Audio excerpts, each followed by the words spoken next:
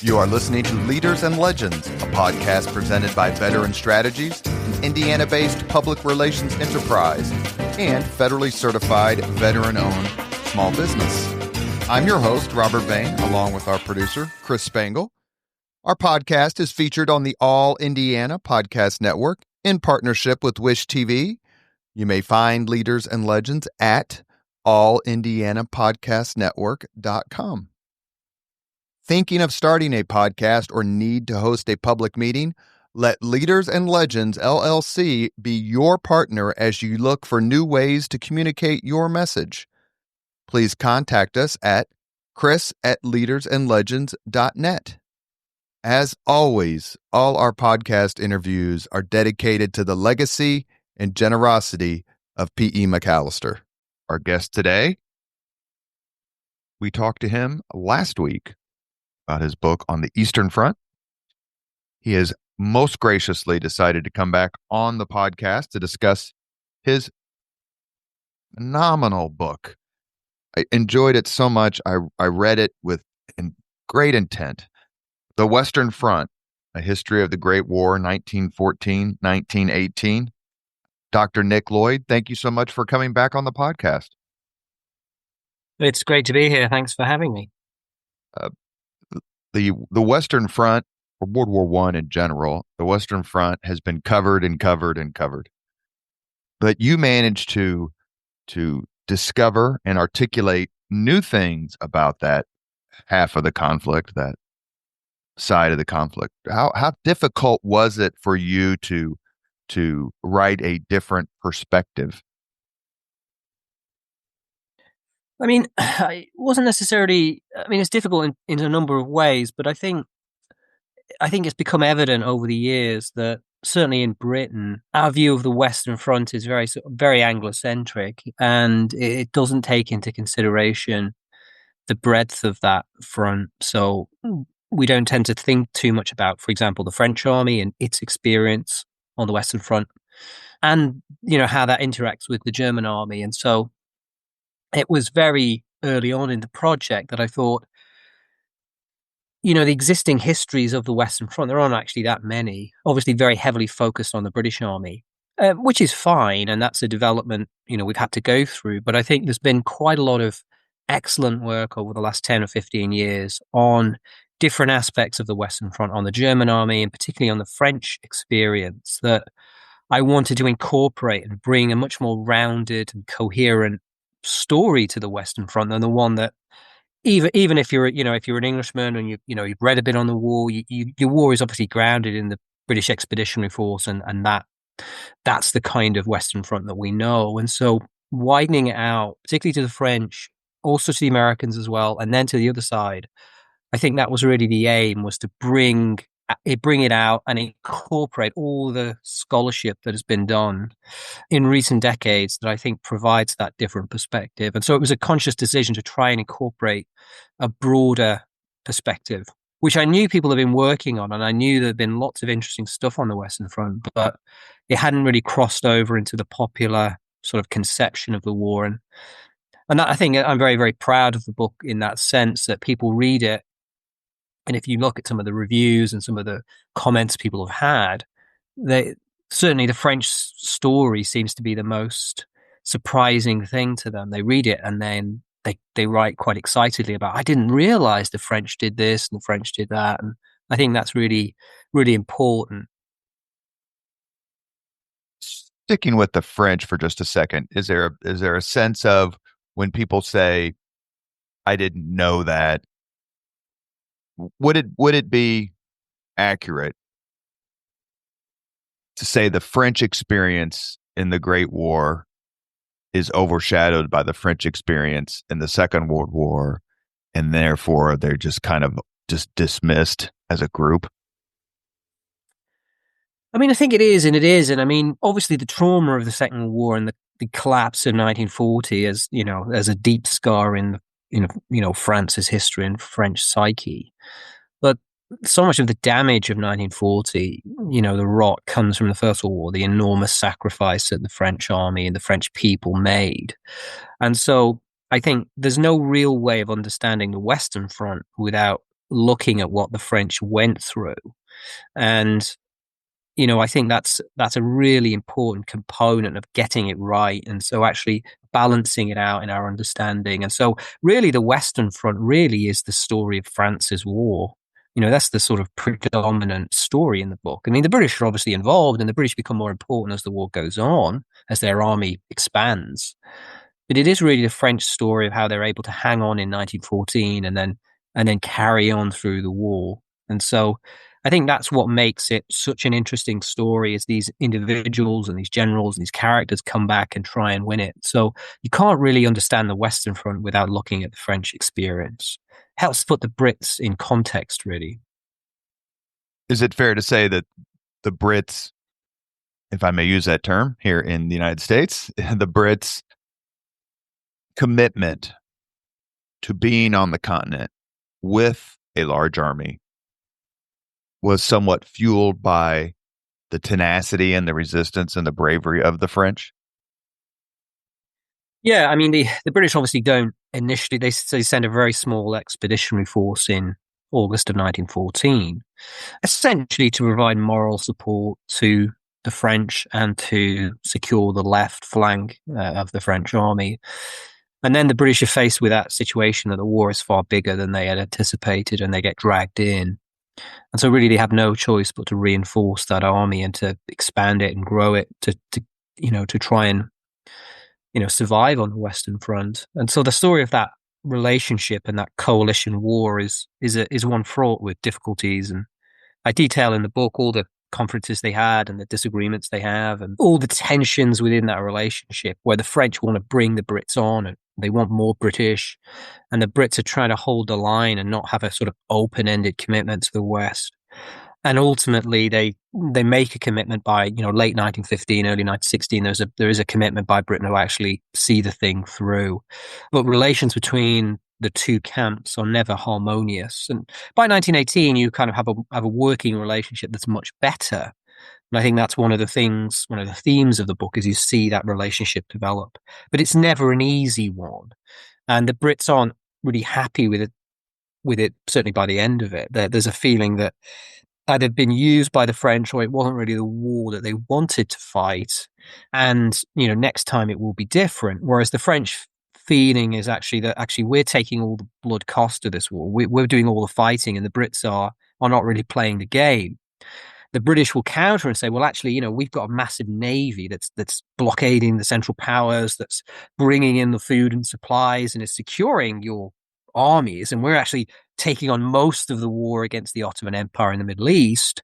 So there is a balance there. But the French, from their perspective, never really understand that or see that because, well, their war is predominantly in France.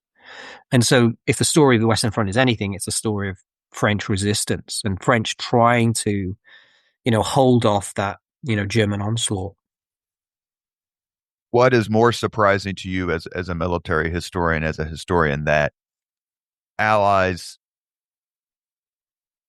fight each other or that they figure it out and learn how to fight with each other?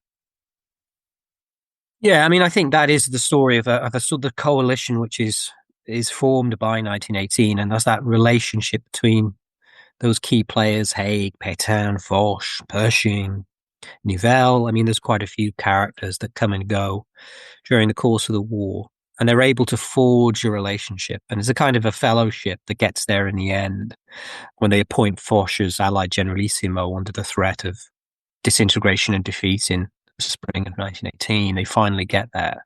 That's a key moment where they actually realize that actually if we don't do this, if we don't conform our armies much more tightly, and if we actually don't do this, the two armies will split and the Germans will win. And so that's the moment where they have no alternative but to actually rely on each other in a much more comprehensive way. With the creation of the Supreme War Council, and particularly Foch's leadership is crucial because they have to, they come to that realization that if they don't, they are going to be defeated. And so I think there's that things come full circle. There's times of the war where the French do their own thing and they don't really interested in the British, and there's times where the British do their own thing and they're not interested in the French. By 1918, they no longer can do that. They have to work together. And then you get quite remarkable scenes in 1918 where British and French divisions are almost interchangeable, fighting alongside each other. And there's some great photographs from 1918 where you see, like a wounded German soldier being carried by on a stretcher, and there's a Frenchman, and there's a British soldier, and they're all operating very, very, really together. And I think that is indication of just how far the British and French had come by 1918. You're listening to the Leaders and Legends podcast. Our guest is Dr. Nick Lloyd. We're discussing his book, The Western Front, A History of the Great War, 1914-1918. It has received terrific reviews, not only from the press, but also from historians, including Andrew Roberts. He's a pretty smart guy, I think. Wonderful comments. James McPherson, who's one of the greatest Civil War historians, American Civil War historians who ever lived. And also, and you wouldn't know this per se, but also a former podcast guest of ours, and that is Gareth Russell, said your books were magnificent in a private conversation with me. So the accolades keep going in. Yeah, what can I say? Everyone's very, very kind. I was very pleased with the James McPherson quote. I mean, obviously he's a historian I admire greatly, so it's just really, really humbling to get these big names say nice things about you, and you're just sort of waiting for it, and it's great. Well, I don't know how many books of McPherson's I've read, a dozen maybe. He's so brilliant, but part of it is a testament to, I cannot imagine how much work and the thousands of hours that go into writing a book such as yours, the Eastern Front and the Western Front. How is that process something that keeps you going? In other words, that you just don't go, God, I can't take any more of Passchendaele. I've had it.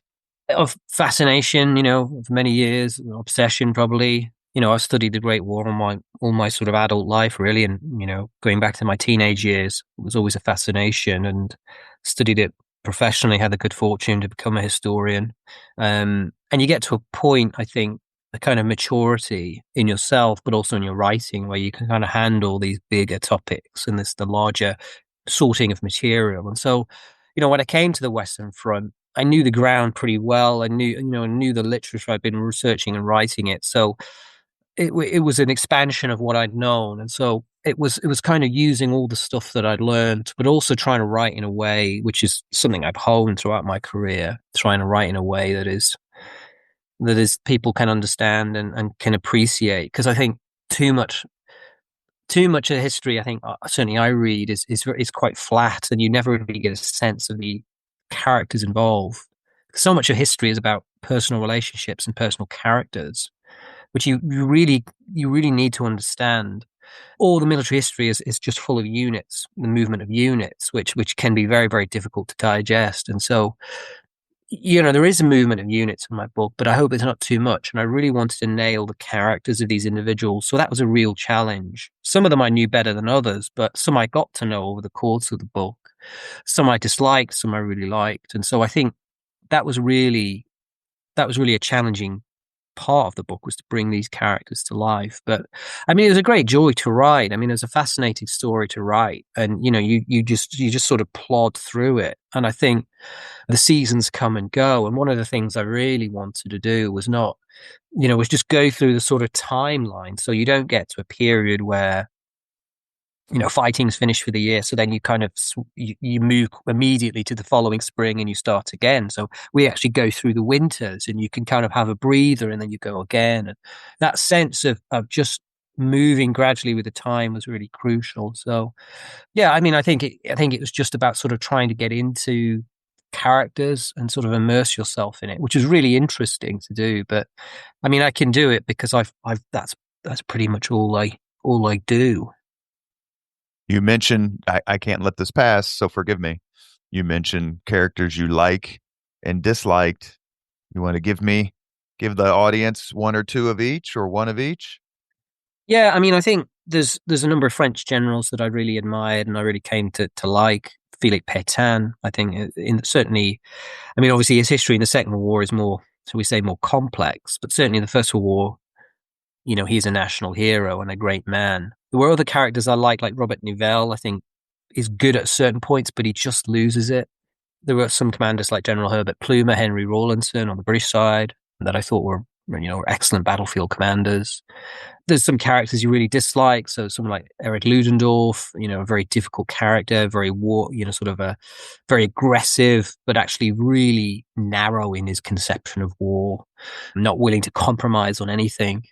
And so there were others that, you want to do well and they just don't get it. And there are others that do come good in the end. So someone like Foch, Ferdinand Foch, I think comes good in the end and understands it. So I didn't want to be too critical on these men. I think, that's maybe one of the other themes of the book is, all the generals of the First World War, they're all kind of donkeys and all kind of butchers and bunglers. I mean, that's such a popular kind of meme, really. I mean, it's a cliche now, but I think just to try and understand some of these people on their own grounds so that people can make their own minds up, because, yeah, many of them made mistakes, but the stakes were so enormous that it was very easy to go wrong on the Western Front. You led me perfectly into my next question, and that is so much that's written about World War II references World War One. The trenches, coalition warfare, the war, the tactics of maneuver. And there's clearly a relationship. But what's the relationship of the Great War to previous conflicts? Let's say 50 years previous. And obviously I'm thinking of the Franco-Prussian War, 1870 to 71. Was there anything that happened in the previous, let's say, generation or two that informed how World War One was fought? I mean, there's many things. I mean, the Germans think they're going to do the Franco-Prussian War too, really. It'll be a similarly swift and decisive operation. The French are determined that it won't be, and so the French are much better prepared this time around. I think, there are a number of lessons, both good and bad, that they've taken from previous wars. They understand the power of modern weaponry, but the Russo-Japanese War, 1904-95, there's a sense that, yes, the technology is very lethal, but if you have troops that are possessed of a certain amount of offensive spirit in a land, they can gain ground. And so there's a sense that actually, because of the Japanese experience, we can do it as well. There are others, some like Herbert Kitchener, the British Secretary of State for War. He's influenced by, the American Civil War and the kind of long duration of that, and kind of tells his colleagues in London, actually, this is probably going to last at least 3 years, which is something they really don't want to hear. And so there are many kind of echoes of previous campaigns that they're looking at and trying to apply those lessons. Jomini, of course, the lesson of interior lines and sort of the geography of battle is a crucial part of the mental furniture of the generals of the time. As is Napoleon, the long influence of Napoleon through the 19th century is still there. The British go to war with more experience than anybody else in terms of recent conflict with the South African War. So there's lots of things the British apply from that war, particularly in terms of fieldcraft, in terms of sort of almost like camouflage. Their uniforms are very good, rifles are good. So there's lots of tactical things as well as broader things that all the armies bring to 1914. But of course, it's just sheer lethality and shock of battle that they can't really appreciate, because it's just so much more lethal, so many more troops, and it's so much more a higher tempo that the shock of it is quite profound, and they just cannot work out how this is going to go. And so it is, and that shock doesn't really dissipate until really 1916. The most famous strategic military plan in history is the Schlieffen Plan, developed by the Imperial German General Staff. Please tell me if you don't think it's the most famous. I do. Here in the United States, we have the Anaconda Plan, which was Winfield Scott's plan to win the American Civil War. But the Schlieffen Plan, it eventually was not implemented. I'm going to ask you what it was. Could it have worked? And was it actually implemented in the way it was originally designed? This has been the subject of much debate, particularly among German military officers in the interwar period, where they were trying to work out what had gone wrong. Now, Moltke, who's the commander that takes the army to war in 1914, is kind of blamed because he kind of weakens the right wing. So the right wing should be the strongest element, should be like a door moving through Belgium and the Low Countries. And so he reduces the odds. So instead of being like 7-1 on the right wing, it becomes effectively 3-1. So he sends more reserves to his center and his left. So Moltke is often accused of not doing the Schlieffen Plan in the spirit of which it was originally maintained, where there would be always a preponderance of force on the right. So he would always outflank the enemy. Moltke moved things around for various reasons. He didn't want to invade the he didn't want to invade Holland. And he's aware of French movements and French. He's nervous about allowing an invasion of Germany, keeping their defenses too light on the left. So there are various reasons why he moves it. Ultimately, whether the Schlieffen Plan was ever really workable, I'm not sure, because there's simply no way that you can keep that movement going quicker than the French can move.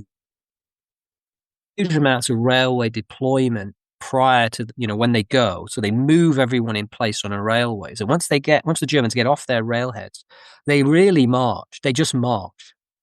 So they're marching and marching and marching and marching day after day after day after day in that sun, 10, 15 miles a day, sometimes 20 miles a day. And so by, late August, they are absolutely blown. I mean, they are absolutely exhausted. Whereas the French make extensive use of their railways to move divisions around. And so the French can redeploy much quicker. And so even if they'd had more troops on the right, I still think the French survive in 1914 and are able to counter. But, you're free to play these war games and counterfactuals, and it's always fascinating to see if they would have won in 1914. But the historians I've spoken to and the way I've done, I think the French have enough in 1914 to survive. So even if you kind of replay the Schlieffen Plan in the way that maybe Schlieffen would have done it, I still think French can redeploy quicker. And eventually the Germans are just going to slow down. They're not going to be able to put. I'm always amazed by one of the things I learned was when the German First Army, the strongest army, hit the British at Mons on the 23rd of August 1914. Its rearward elements, parts of its divisions and regiments, are still filing out of their barracks in Germany. So they haven't actually fully deployed the army because they can't deploy it all. So there's only a fraction of that army that's actually able to make contact because 80-90% of it is still on the roads through Belgium. And so you can see the logistical and supply issues you would have by doing the Schlieffen Plan. There simply isn't the route, and there isn't the supplies, and there isn't the vehicular support to actually move quicker than the enemy. So it's a long way of saying I think that the Schlieffen Plan really couldn't really have worked. And the crucial problem with the Schlieffen Plan wasn't necessarily the tactical or the operational problem.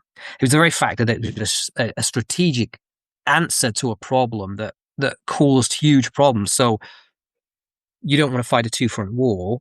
So instead of maybe using diplomacy or only fighting a one-front war, the Schlieffen Plan is enacted, which means you bring in everybody else. So it's quite insane in that situation. It's an operational problem. Yeah. Operational solution to a strategic problem. And of course, the strategic ramifications of going through Belgium, invading in the West are just profound. The failure of the Schlieffen Plan leads to the Battle of the Marne, which is in early September 1914. The French win that battle, which begins and I'm being very general here, the trench warfare on the Western Front that we're so familiar with through the years. Was part of the French, the British, and the German sort of battle plans. Did any of those countries foresee trench warfare? Not really. They'd experienced, the British had experienced a little bit in places in South Africa. You do have trench warfare in the Far East in the Russo-Japanese War, where it had been seen and noted. But there is an assumption that war will be short, decisive. Now, there are some dissenters from this, but broadly that's the idea. And anyway, that's what you want. You want short, sharp, decisive battle on all sides. Now, the Germans are better equipped for trench warfare because they carry more medium and heavy artillery. And they do this because they're going to have to go through fortifications, Belgian forts, Belgian belts of fortifications. So they're going to need that weight of power. Whereas the French army don't really have that much because it's all about maneuver and speed, and the British don't have much at all because the British don't fight in a heavy way. It's an expeditionary force that's light and can maneuver. So trench warfare is not envisaged, and it's a sort of horror movie that nobody wants to watch. It's something that they can't really to understand and apply. And you don't plan for trench warfare. Trench warfare is essentially seen as a kind of strategic defeat in a way. So you can't really plan for it in that sense. So it has to be responded to in an ad hoc way. Let me ask a question. I skipped over my own notes, and forgive me for wanting to go back just a few seconds. In your view, was the Western Front decided, or logically there was a continuum between the failure of the Schlieffen Plan, the French victory at the Battle of the Marne, and ultimate German defeat? I think that's a difficult question, and I think clearly the bid for victory in 1914 fails. Germany can't win in 1914. It doesn't win. And so does that mean Germany loses the war? I don't think that's true at all. I think, there's still plenty that can happen, in the next 3-4 years, and Germany is still extremely powerful. So I think, had things gone differently, Germany may well have had a stalemate in the West, but it effectively wins everywhere else. It wins in the East, wins in the Balkans, it can defeat the Italians, and so they can win everywhere else. The problem is the German high command's inability to actually transform these victories into a strategic and political outcome that is broadly satisfactory. And so that's the problem. So, had Germany wins everywhere, it fights other than in the West. Now, clearly the West is the decisive theatre of war. But you certainly, I think, if the Germans had made much more of a serious effort at peace in 1916 or 1917, say, going back to 1914 borders. Now, for example, I realize that may well have been hard for the German high command to admit. I understand that. But for example, if they had have done that, that would have been very difficult for the British and French to keep fighting. Now, they might have wanted to, but realistically, I think it becomes very, very difficult, much more difficult politically, to justify the continued slaughter when the Germans are saying, well, we can withdraw. But, these are counterfactuals that are very difficult to answer. Indeed impossible. But I think there's so much that can happen even after the Marne. I don't think the Germans are condemned to defeat at all. I think the Germans are a number of avenues out that even if they don't have a complete total victory, they have a very, very strong position coming out. You are listening to the Leaders and Legends podcast. Our guest is Nick Lloyd, author of the brilliant book, The Western Front, part of his history of the Great War, 1914, 1918.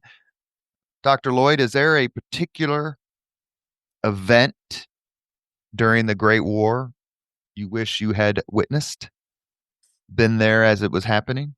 Yeah, there are obviously lots of incidents. I wouldn't necessarily want to see the battlefields because I can imagine there will be, for example, the Western Front would have been so horrifying as to be almost unimaginable. You can imagine the Somme on that terrible first day. It's such a terrible day. It would. So yeah, I think there's people I would have liked to have met. I would have liked to have been there at the Doullens town hall when they appoint Foch as Generalissimo, or in the German high command in Mons in 1918, where they admit defeat. There's all kinds of moments where you would have been very interesting to see the dynamics of the individuals involved. But no, I think the battlefields would have been a horrendous situation. So, but it's a very interesting question. I think the book I'm working on at the moment the sort of final volume, and there's plenty of times you would have, I would have liked to have been in Jerusalem on the 9th of December when Allenby walks through after the conquering. That would have been pretty special. You've mentioned this a few times, and I want to go back to something that you said about how you approach this book, how it's different. Scholarship obviously changes, during the decades. Emphasis waxes and wanes on particular aspects. Your book made me think that the worst place to ever be in the history of the world was the Western Front during the Great War. How did you just said a few seconds ago about the tremendous slaughter. Try to put that in context for us. And why was it so important for you to detail, this is what Adam Smith from Glasgow or, Nick Lloyd from Indianapolis dealt with every single day?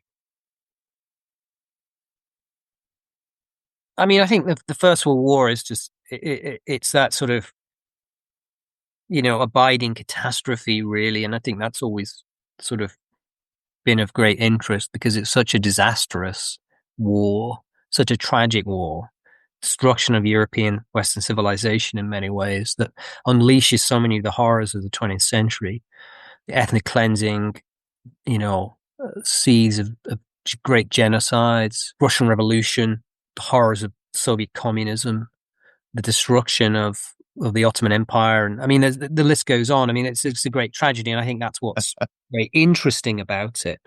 I mean, I think the book doesn't necessarily dwell on the common soldier all that much. I mean, there's plenty of books that will tell you about what it was like to be in a trench. I have some of that. But I think mine is more about that sort of what is actually happening and why certain battles are taking place and what do they mean and why victory comes when it comes. And so I think it's about those key individuals that are trying to find their way out of the great maelstrom.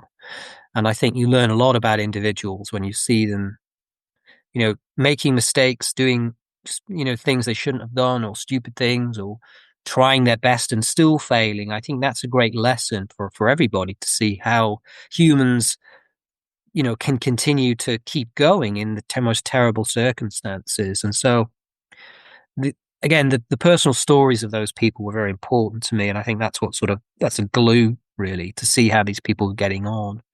And I think, people will hopefully come through the book and, have their own favorites or villains or that kind of thing. And that's fine. That's fine. I think it offers that to them. On the Allied side, and I hate to use this term, so forgive me, it seems the most enduring villain is General Douglas Haig of the British. Is that a fair description? And is that a fair historical conclusion? Because it seems to me that so much of what you wrote about in your book, and you just articulated it, was they just can't figure it out. It's so massive. It's so bloody. In some cases, it's so new. Machine guns obviously had been around for decades, but not deployed in these numbers. Now you have airplanes. Now you have tanks. Now you have unrestricted submarine warfare. There just seem to be very smart and well considered men and leaders who just were frustrated that they couldn't figure out a way to win it, end it, however it was going to conclude. First, about Haig, his reputation waxes, it was pretty good, gets worse. How do you feel about him? And just in general, as you said a few seconds ago, these leaders trying to figure it out? I mean, Haig has probably got the worst reputation of any British general in history. And it's been the subject of many biographies and much common disdain, vitriol, abuse, as well as, some historians that have tried to defend him, most notably John Terraine with his Educated Soldier book, 1963. I think Haig has strengths. He's a good organizer. He's firm. He's solid. He doesn't waver. He doesn't have a nervous breakdown. Keeps going. He works very hard. Speaks French quite good operating in a coalition, is able to support and push forward new technology like the tank, like gas, like the air power. He's interested in new kit and he wants to use it. But that's balanced out by, I think, significant shortfalls and shortcomings in himself. And I think one of the problems Haig has is he is he is convinced that he doesn't really have anything to learn, which is a crucial fact. He comes to the Western Front thinking, well, I know about war. I've been educated and trained. I've seen it. So therefore, whatever happens out there must conform to my understanding of what war is about and maneuver. And this is why he's very distrustful of anything that doesn't conform to his set ideas about what warfare should be. So decisive battle. So Haig is always trying to fight a decisive engagement, a decisive battle. And I think a number of other commanders, often slightly lower down the chain of command, have kind of drawn away from that. So by the end of 1915, a lot of certainly French commanders have said, well, actually now we can't have a decisive battle. So we have to fight on attritional. We have to fight attritional battle for the time being. We have to find a way of fighting that reduces our risk to our men and poses greater risks to Germany. And so Haig never agrees with this. So he's always trying to fight a decisive battle when he can never win one. And so I think that's a crucial component of my criticism of Haig, is that there are other commanders that take a much more open-minded approach to what they see. And that means they can be more kind of open about different operational methods that they might use to survive on the battlefield. And so, without going into too much detail, but you see this development both in France and in Britain of this idea of a bite and hold, or of a limited attack based on artillery firepower to bite off sections of the front and then, gradually chew through the enemy's defenses with keeping the risk, keeping casualties as low as possible. But Haig never fights in this way. He's always aiming to be far more over-optimistic about what they can do. And so it's quite ironic that Haig always has this reputation as being this kind of stolid, attritional general. And he never really fights an attritional battle. He's trying to have maneuver and breakthrough when it's simply not possible. And now that's the main critique of Haig, I think, that certainly I've and others have made. But I think he's one that doesn't necessarily really adapt to the war in a way that other commanders do. So by 1918, you have a cadre of really solid operational commanders, both in France and Britain, that know what men are capable of on the First World War battlefield. They know what can be achieved, and that informs what they want to do. Whereas you get a sense, Haig never really understands what troops are actually capable of in an industrial battlefield. And that is a problem, I think. Let's switch a little bit and talk about Imperial Germany. We discussed the Russian front in the previous podcast. We don't want to spend any time or much time on that. And I think I asked you this question in the previous one, but I'm going to ask it again. Is it one of the most remarkable things to me when reading about the Great War is the strength of Imperial Germany and the fact that it took on, at the time, 3 of the 4 biggest empires, industrial countries in the world, and came within a dice throw or a whisker of winning the conflict, and that they were able to overcome the two-front war, which they, were always scared of, through the use of interior lines. I'm not going to ask you, tell me about Imperial Germany during the Great War. I won't do that to you. But did you have some general observations about the German command, the role of the Kaiser, and just how Germany was able to last as long as it did? Yeah, I mean, I think that is a remarkable achievement in many ways.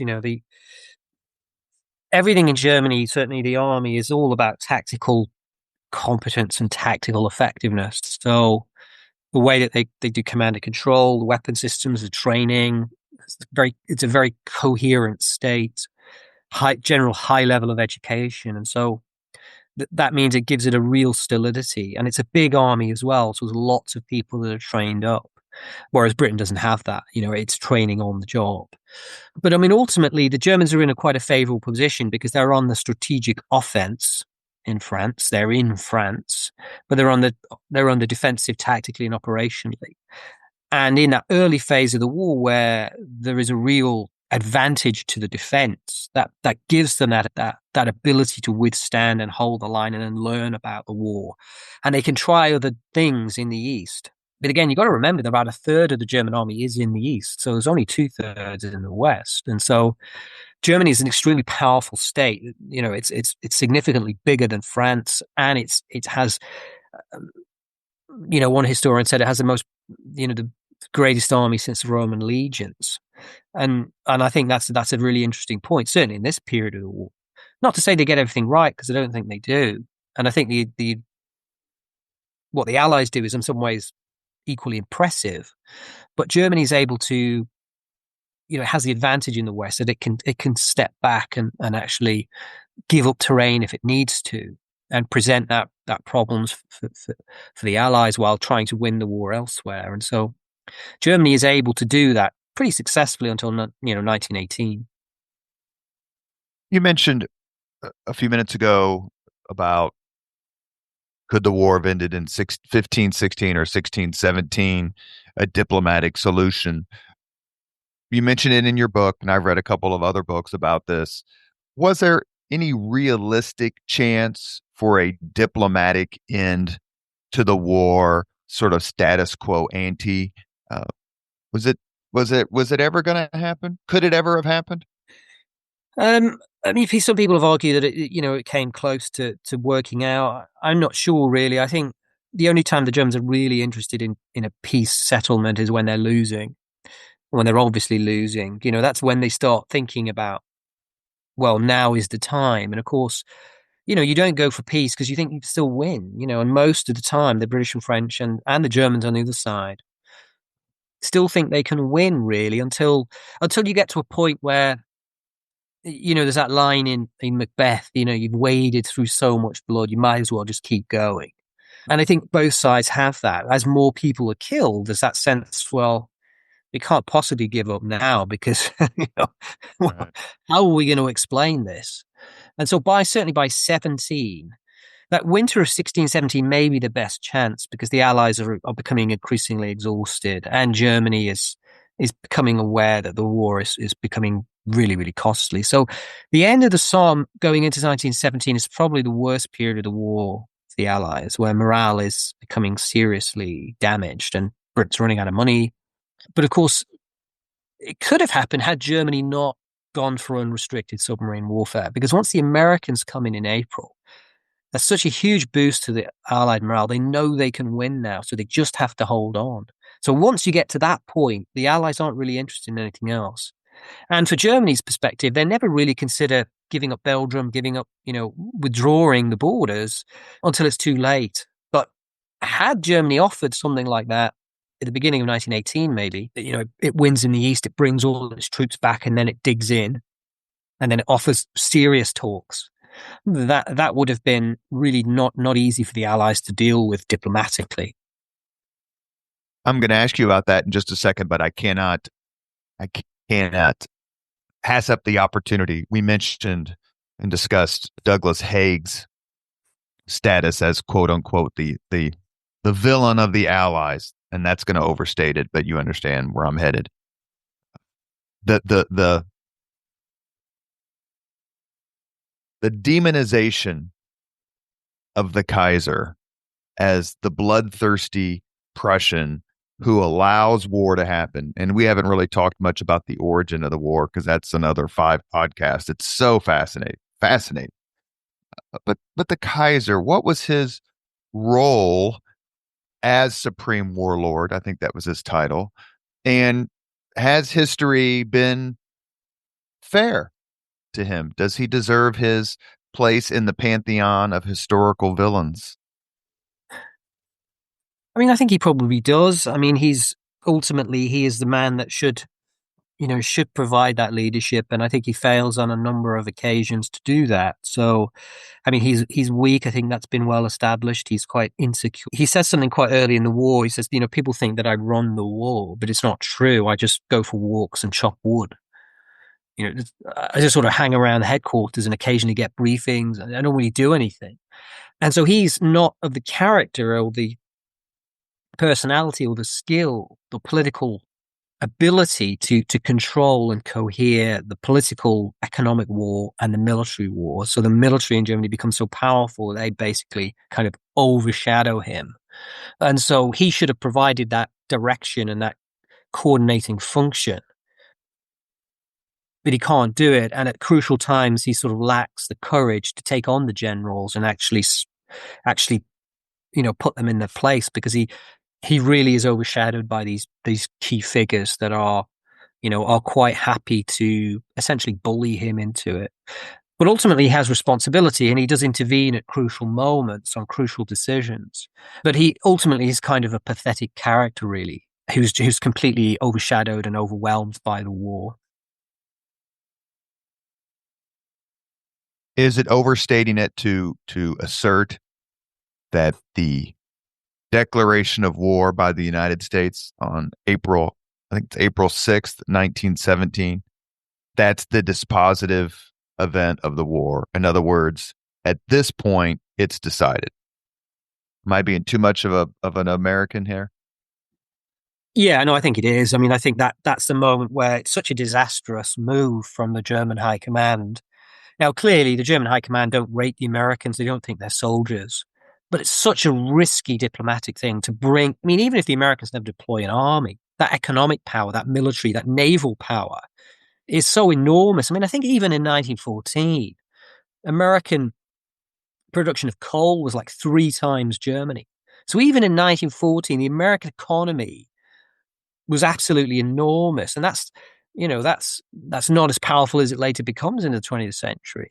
So there isn't really any doubt about that. It's highly risky, it's highly dangerous, and it's sort of bordering on insanity that at that point in the war, Germany would risk alienating such a powerful opponent. And now, clearly, the question once the Americans come in is, are they going to be able to deploy an army?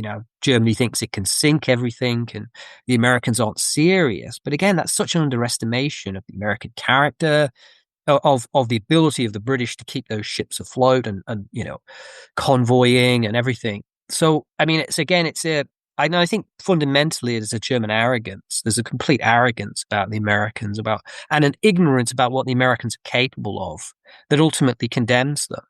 And had German high command been led by people with a little bit more of a wider experience of the world, they would have made it clear that diplomatic and political activity is such an important element of the war. We need to think carefully about what we can realistically get away from, get out of the war. Can we have a complete, total, annihilating victory out of all of our opponents? And the answer to that is absolutely not. Isn't it Ludendorff who says we cannot fight the entire world? I mean, they say that when they kind of realize the Americans are serious, and I think that's a crucial point of the war. But very quickly, the American entry sort of skews the Germans, because they realize there's a time limit now, and sooner or later the Americans are going to win the war. The question is, can they win it in the intervening period? So that rapidly puts a limit on what Germany can do and puts a time frame on it. So even though the Americans haven't set foot in France, it's already having a kind of warping effect on German strategy. But German strategy is completely, it's all over the place. It's really not coherent. Whereas Allied strategy, you see this as the war goes on, gets much better at working together, allocating resources, allocating production, allocating payments and financial support, and much better combined military and political decision making. However painful it was, they get their political and military elites together and they work out a strategy for victory. Whereas Germany, it's all on the throw of a dice on the battlefield. And so you do see that actually by the end of it, even though the German army is very, very good, the way of fusing military, economic, diplomatic, propaganda, all these elements of war together, the Allies are much better. As a historian, can you make the case for the resumption of unrestricted submarine warfare by the Germans later in the war? Is there a case? You take us through the arguments in your book, and I really enjoyed that part of it, that discussion. But it's easy to say that it's stupid and, oh my God, what are you doing? You can't antagonize the Americans, even though, they got their hand on the scale of the Allies. They're clearly helping them. They're helping Britain's, stay alive financially. The list goes on. But actually, declaration of war, is it fair to say that's a direct result of unrestricted submarine warfare? And from the German perspective, could you make the case that, hey, we've got to do this? We've tried everything else. I mean, obviously, it's also combined with trying to bring Mexico in as well, which is sort of completely cack-handed diplomacy. I mean, it's just sort of laughable, really, that the way they try and do it. Which, of course, the British, have cracked those diplomatic cables straight away, and so then the British naval intelligence has that interesting conversation about, what we're going to do with this interesting telegram we've got. So, I mean, there's a combination of things, but I think that shows the sort of ineptness of German strategy making at the highest level. It's very, very inept. I think the German submarine campaign is based upon everything going right. So these are our projections for how many ships we will sink and that this will crush Britain. That's assuming everything goes right and you can achieve everything you want and they don't respond in a way that might reduce your effectiveness. And again, that is a very bad strategy making. If your strategy making is based on everything going right all the time, then that really is very vulnerable to friction, Clausewitzian friction. And again, it's the same with Schlieffen Plan. It will work if everything goes right and the enemy doesn't respond or doesn't do something crazy or different. And so that indicates a kind of, a really poor way of making these decisions. And so I think if everything goes right, in theory, but again, once you start breaking that down and looking at how the enemy might respond, it can never really work. I believe it was Sir Edward Grey who described the United States as a gigantic boiler and said there is no limit. Once lit, there's no limit to the amount of heat it can produce. What was the American contribution to the Allied victory from an economic standpoint? Yeah, I mean, I think that's crucial. I mean, I think it allows a much greater efficiency of military support to be provided, but also, of course, making sure that the Italians can remain in the war, making sure the French can remain in the war, making sure the French can continue to produce because obviously a lot of the equipment the Americans have is produced by Britain and France, and so it allows that to sort of continue seamlessly, really, and also making sure that Britain can continue the war. So the economic impact is crucial. Naval impact is crucial. And I think sometimes it's been sort of underplayed by British historians just how important the American entry is. I think one of the problems that Brits have had is that we've spent so much time in our historiography trying to defend and actually talk about the excellence of the British Army by the end of the war that we want to claim all the credit for the victory for Britain. And in fact, you have to see it around. The Allies can't win without America. And if by some weird throw of the dice, the Americans joined the Central Powers, became a German ally, because there was a significant German population here in the United States at the time, I'm assuming that would have ended the war as well, or put it on the path to ending more quickly. Yeah, I mean, I don't think there's much chance of that happening, but obviously, that would have been very, very decisive, I suppose. I guess the key kind of counterfactual of the 20th century is you combine Germany with the best army, Britain and the best navy, and American with the best economy, and you can conquer the world. We have just a few more minutes left with author Nick Lloyd. We're discussing his book, The Western Front. Take us through in a general way, high level, but you talk about this, you concentrate about this on this in your book. 1918. The war ends in November of 18, but it's a slog. It's a close run thing, I believe, to use the Wellington term. How does 1918 start, and how do we get to armistice in November 11th, 1918? Well, 1918 is really where things come full circle, where Germany can fight a one-front war, what it's been wanting to do since 1914. And so really it's a year of two halves, to use that footballing cliche.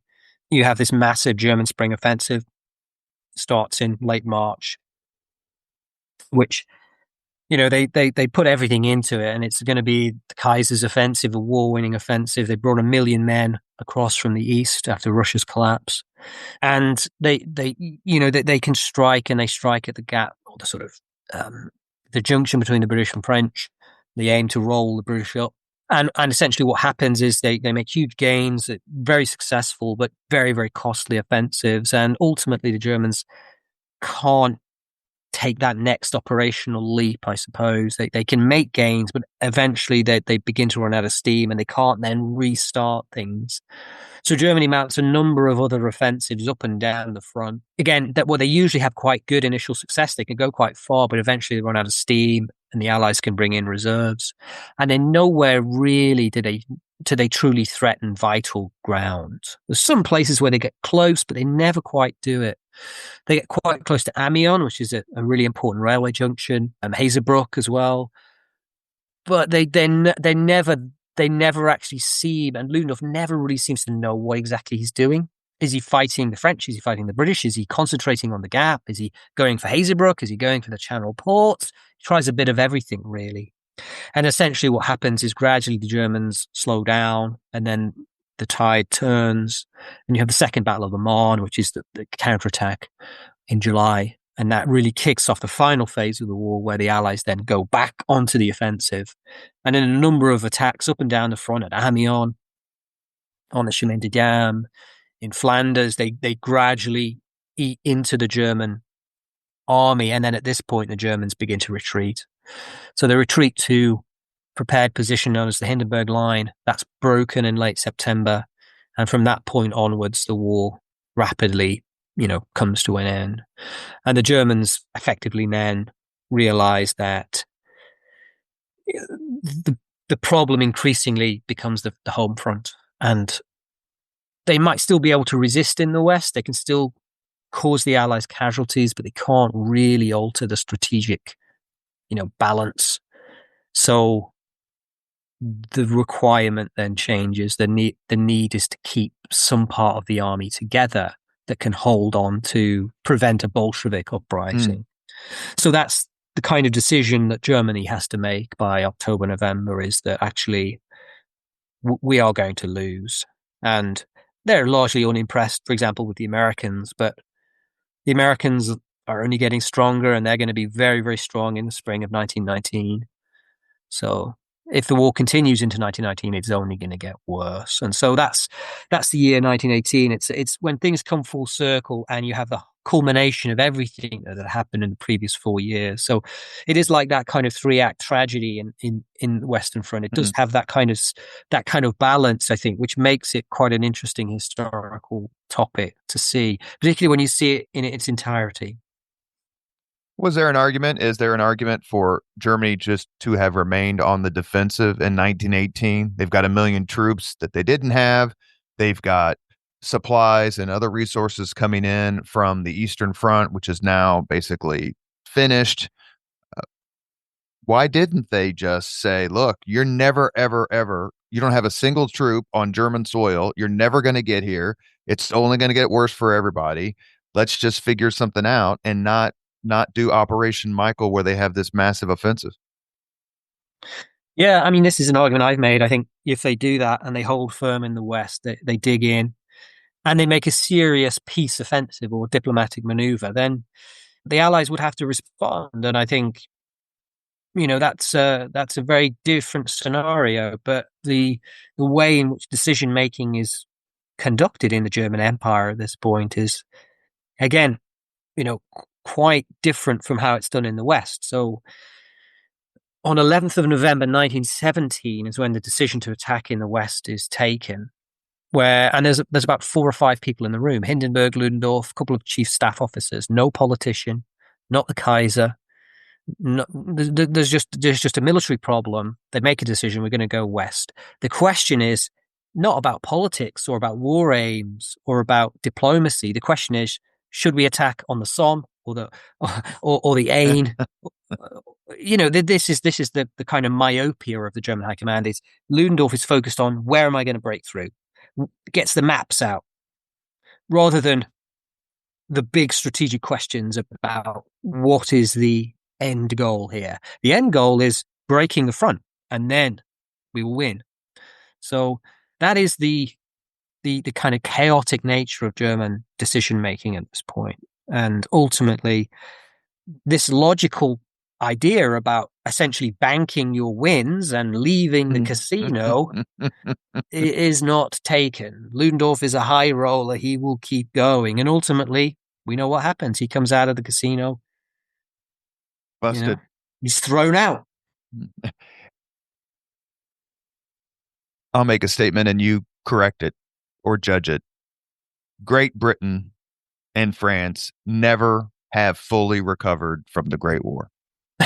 Yes, probably. I mean, as much as, I think Britain shows an enormous ability and skill and sacrifice in the Second World War, it never has the same degree of power that it has in the First World War period. Especially relative power when it comes to like the United States.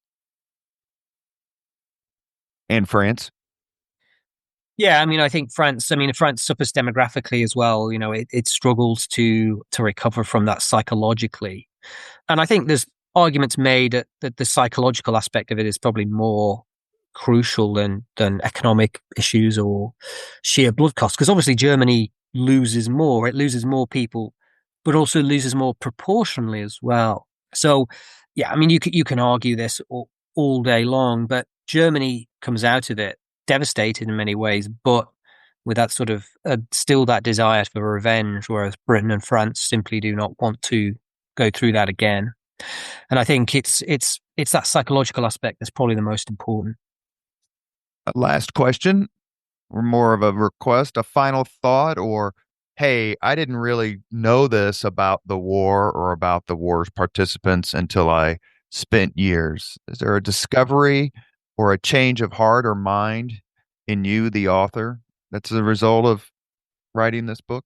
No, I mean, I think it wasn't necessarily a kind of light bulb moment or anything, but I think I had more respect for the French army, I think, than I learned through it. Actually, that was a key theme of mine, was how good they were, how good they became. The sacrifice of the French army was crucial, I think. And also the important role of the Americans, I think, which tends to be, as I mentioned, somewhat underplayed in the literature. I think that was crucial. And so it was very important to me to include those two elements, sort of emphasize those elements in the book, the important role of France and, the essential impact of American entry.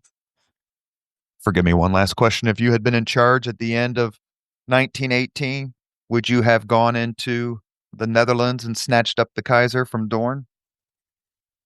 Well, I mean, there were plenty of people wanting to do that and hang him. I mean, I guess it depends what troops you have available and whether, you want to invade a sovereign state. So I don't know. Maybe it could have been done. I think the problem is not necessarily the Kaiser. The bigger question would be whether you actually go into Germany. That would be probably, I'm quite happy to leave the Kaiser where he is. But actually invade Germany and then occupy Germany and break Germany up. And that was a question that was clearly answered in World War II. We're not going to do this again. No. We're going to go in and leave no doubt. Yes. I mean, yeah, I can understand why they didn't. But I think, obviously, with hindsight, I had the Allies carried on and actually used the Americans to actually go in and really, because that power vacuum very quickly becomes a big, big problem. You have been listening to Leaders and Legends, a podcast sponsored by Veteran Strategies, an Indiana-based public relations enterprise.